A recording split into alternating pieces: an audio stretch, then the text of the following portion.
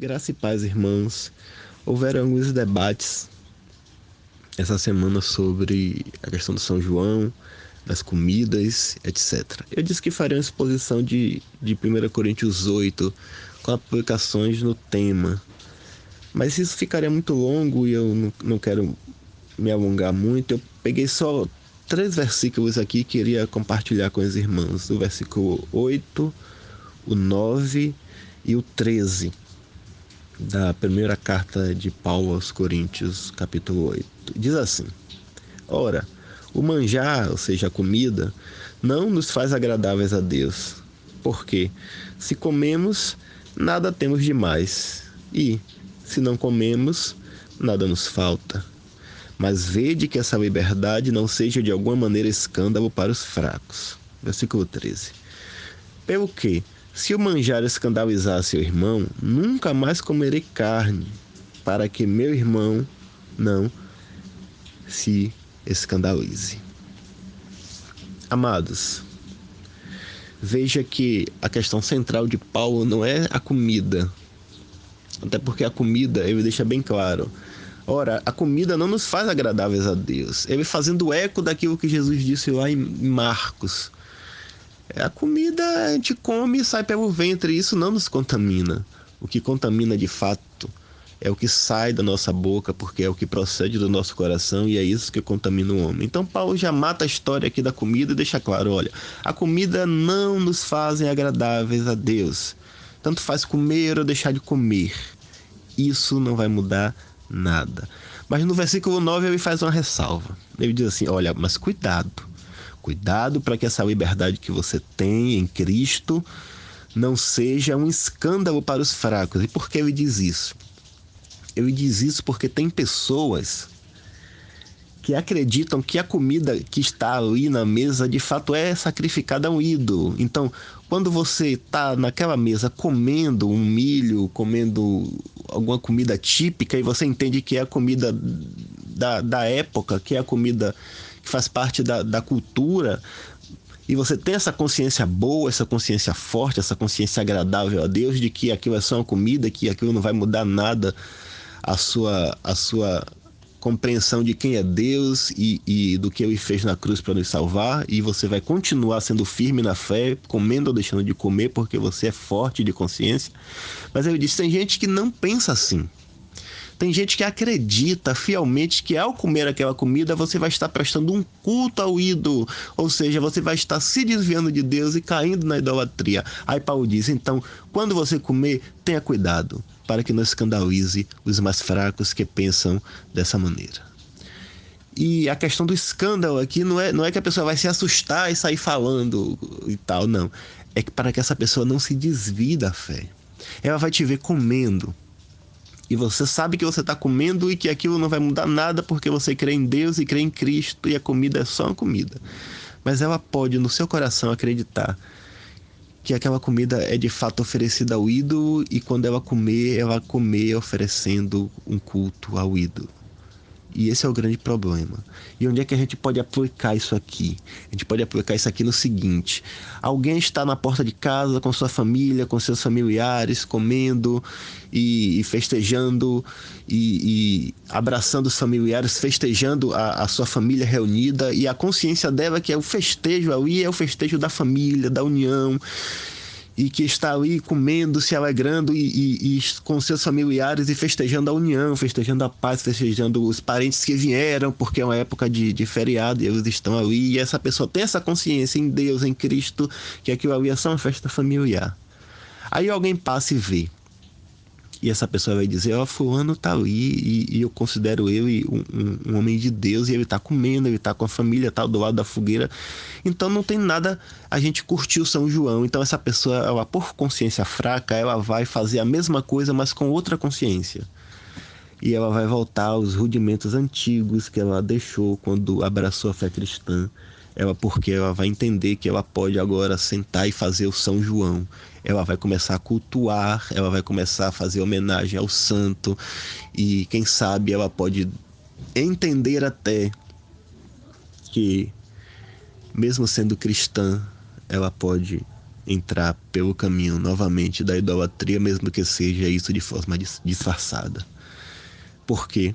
Porque ela viu alguém de consciência forte e não entendeu que aquela pessoa estava ali, mas não participava daquilo como sendo um culto, como sendo algo que fosse oferecido a alguém, mas ela estava somente participando da família, crendo que Deus é um e Cristo é somente um e não há ninguém fora a Trindade Santa em que se deva comemorar e dar glória.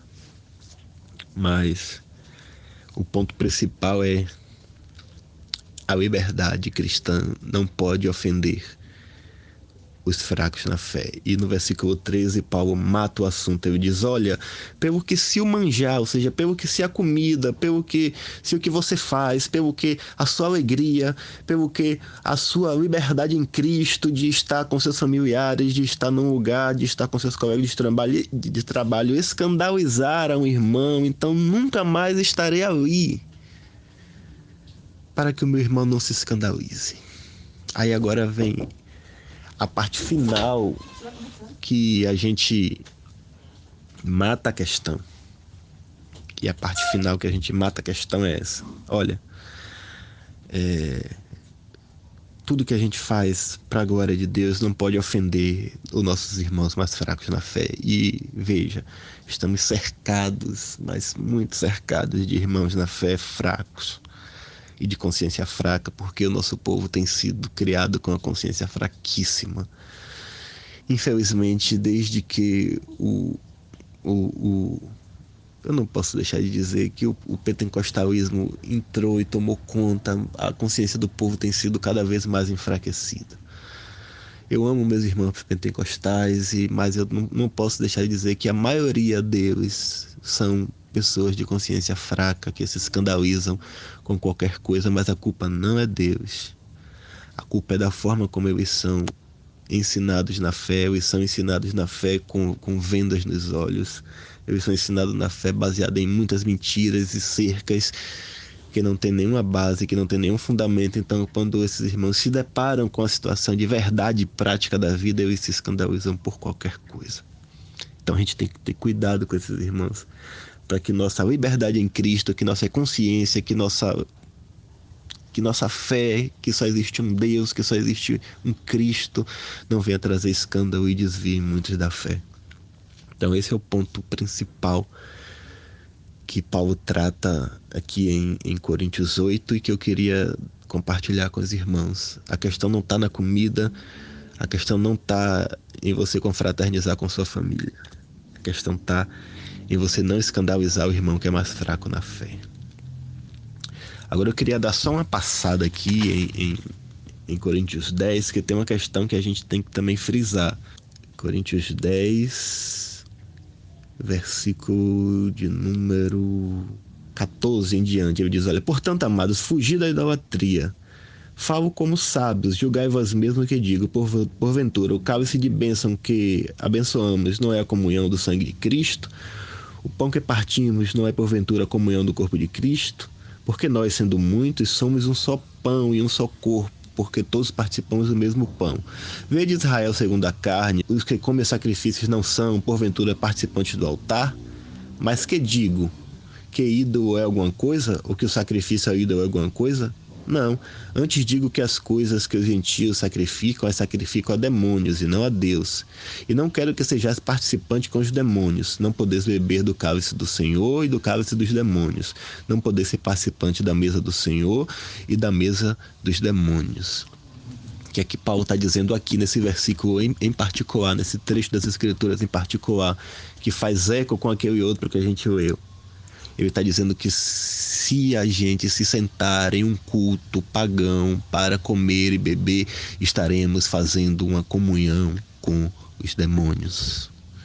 Paulo está dizendo o seguinte: a comida em si não é nada, mas o ato de você sentar e comer em um culto culto. Veja, não é com sua família, não é em sua casa, não é na frente da sua casa, nenhum culto. Se você vai a um culto em homenagem a uma entidade, seja lá qual ela for, e lá tiver comida, e você comer daquela comida, você vai estar sendo participante da mesa dos demônios. O ídolo não existe, mas o que está por trás do ídolo é uma entidade que, se você comer daquela comida que é oferecida a ele, você vai estar sendo participante com ele.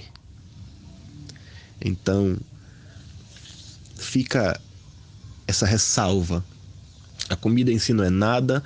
A nossa liberdade cristã, ela não pode ofender os fracos, mas também nós não podemos nos assentar e nem participar de culto a ídolos e nem comer comidas que são sacrificadas aos ídolos nesses cultos. Porque quem come comida sacrificada ao ídolo neste culto está sendo participante com ele também da mesa dele, a qual Paulo chama de mesa de demônios. Então, disso nós temos que nos afastar. De qualquer culto que não seja a Deus e a Cristo, temos que ficar longe. De qualquer comida oferecida a que não seja a Deus e a Cristo, nós temos que ficar longe. A única comida que a gente come oferecida a Deus, de fato não é oferecida a Deus, mas é a Santa Ceia do Senhor, que a gente come em homenagem, que a gente come em memória do sacrifício de Cristo. E essa tem que ser a única comida que o cristão come em um culto. É o pão da Santa Ceia, é o vinho da Santa Ceia. É o pão que simboliza a carne, e é o sangue que simboliza, e é o vinho que simboliza o sangue de Cristo. Fora isso, não vem de Deus e é culto a demônios. Irmãos, eu fico por aqui e também me ponho à disposição para que, se qualquer irmão que ouvir o áudio tiver alguma intenção de completar ou de ter uma outra posição, a gente tá aqui para poder conversar e debater e esclarecer qualquer dúvida. Que Deus abençoe a todos.